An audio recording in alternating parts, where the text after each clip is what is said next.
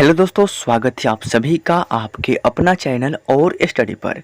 जी दोस्तों, आज के इस वीडियो में रोज़ बोले जाने वाले 20 ऐसे इंग्लिश सेंटेंस जो कि आपको 20 सेंटेंस कराने वाला हूं। और ये जो सेंटेंसेस है ना, आप हर रोज़ किसी न किसी व्यक्ति से या अपने घरों में या कहीं भी आप रहते हैं ना, तो इस तरह के सेंटेंस का यूज करते ही करते होंगे।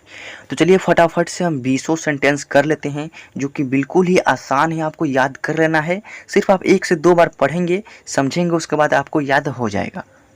तो हमारा पहला सेंटेंस क्या है, यहाँ पर देखिए, कपड़े सुखा दो। मान लीजिए कि आप अपने घर में अपने भाई से, अपने माँ से, अपने बहन से, किसी भी से कह रहे हैं कि कपड़े सुखा दो, तो उसको आप इंग्लिश में क्या बोलेंगे? आपको क्या बोलेंगे इंग्लिश में? कपड़े सुखा दो, तो इसको इंग्लिश में बोलेंगे put the clothes to dry. क्या बोलेंगे? Put the clothes to dry. इसको आप जैसे मैं बोल रहा हूँ ना वैसे रिपीट कीजिए। कपड़े सुखा दो, तो पुट द क्लोथ्स यानी कपड़े सुखा दो, कपड़े सुखाओ किसके लिए? ड्राई यानी सूखने के लिए। अब दूसरा क्या है? आलू छील दो। दूसरा क्या है? आलू छील दो। आप अपने घरों में किसी से कहते हैं ना, या आपके माँ किसी से आपसे कहेगी कि बेटा आलू छील दो, तो क्या बोलेंगी? तो देखिए, आलू छीलना क्या होगा? पील the peel of the potatoes. इसको क्या बोलेंगे? पील ऑफ द पोटैटोज यानी आलू छील दो। तीसरा क्या है? संतरा छील दो। तो ठीक उसी तरीक़ा से पील of the orange, peel of the orange क्या छील दो? संतरा छील दो। अब यहीं पर रहेगा कि प्याज छील दो, तो क्या बोलेंगे? पील of the onion, peel of the onion यानी पील ऑफ द लगाकर लास्ट में जो भी वर्ड है, ऑरेंज है, पोटैटोज है, ओनियन है, कुछ भी आपको लगा देना है। चौथा नंबर क्या है? तो चौथा नंबर है बिस्तर लगा दो। मान लीजिए कि आप अपने घरों में किसी से कह रहे हैं कि भाई बिस्तर लगा दो, तो क्या बोलेंगे उसको इंग्लिश में? Prepare the bed, prepare the bed. बिस्तर लगा दो, prepare the bed.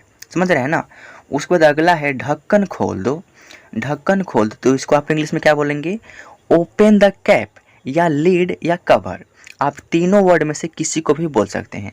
Open the lid बोल सकते हैं, ओपन द कवर बोल सकते हैं, या ओपन द कैप बोल सकते हैं। किसको?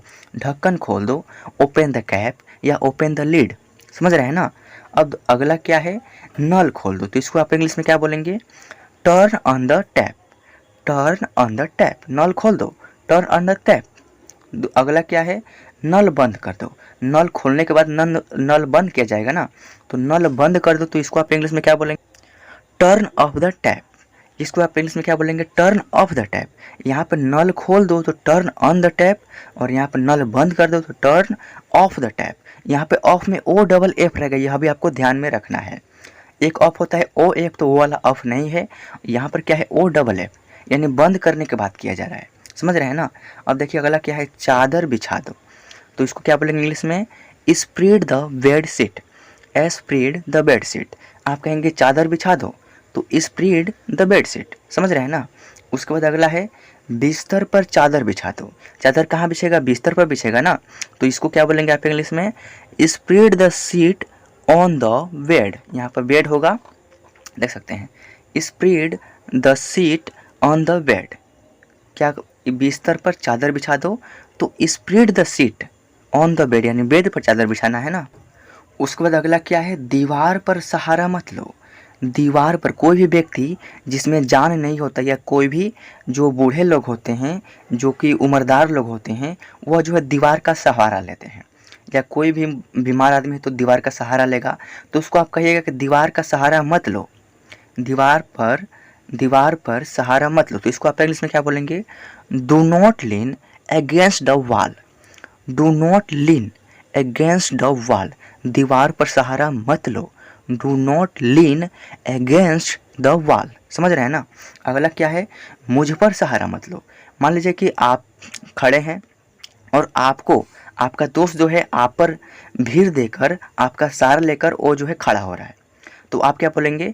Do not lean against me यानी मुझ पर सहारा मत लो, do not lean against me. समझ रहे हैं ना? अगला क्या है? दिमाग से काम लो। कोई भी व्यक्ति होता है, अगर उसको काम में मन नहीं लगता है, या कोई भी उल्टा पुल्टा काम करता है, तो उसको आप क्या बोलते हो? दिमाग से काम लो। या परेशान रहता है तो क्या बोलते हो? भाई दिमाग से काम लो। तो उसको इंग्लिश में क्या बोलेंगे? Use your brain, use your brain, दिमाग से काम लो। अगला क्या है? धीमे बोलो। कोई भी व्यक्ति हल्ला करता है तो उसको आप क्या बोलते हैं? धीमे बोलो। या कोई भी व्यक्ति तेज बोलता है तो उसको आप क्या बोलते हैं? धीमे बोलो। तो उसको इंग्लिश में क्या बोलेंगे?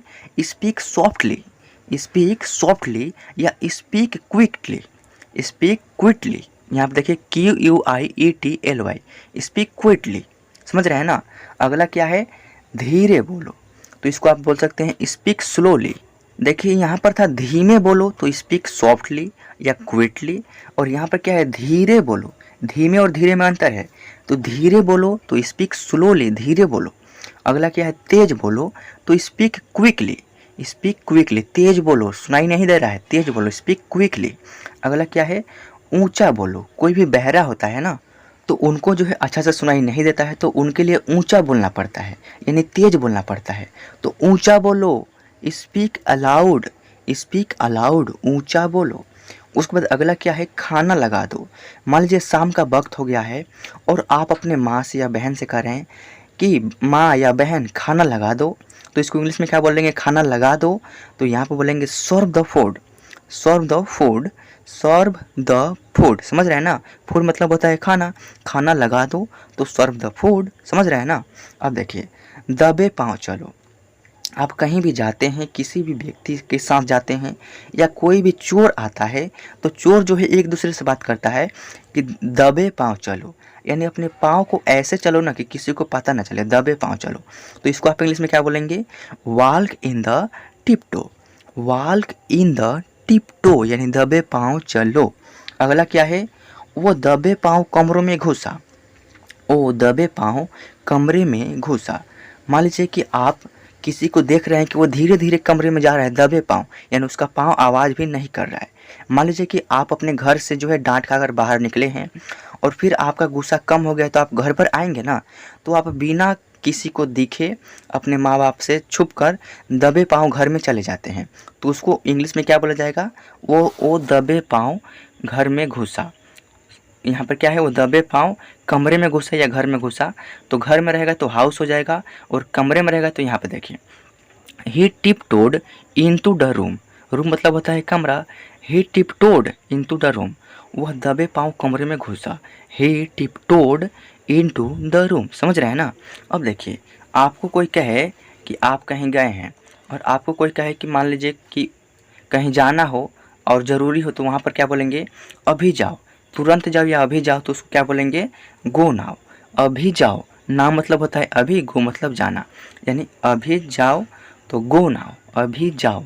तो मेरे दोस्त, आई होप कि ये 20 जो इंग्लिश वर्ड है इसको आप याद कर लेंगे। इसको आप कॉपी में लिख कर दोबारा से इसको रिपीट करके आपको बिल्कुल ही आसान तरीक़ा से याद कर लेना है।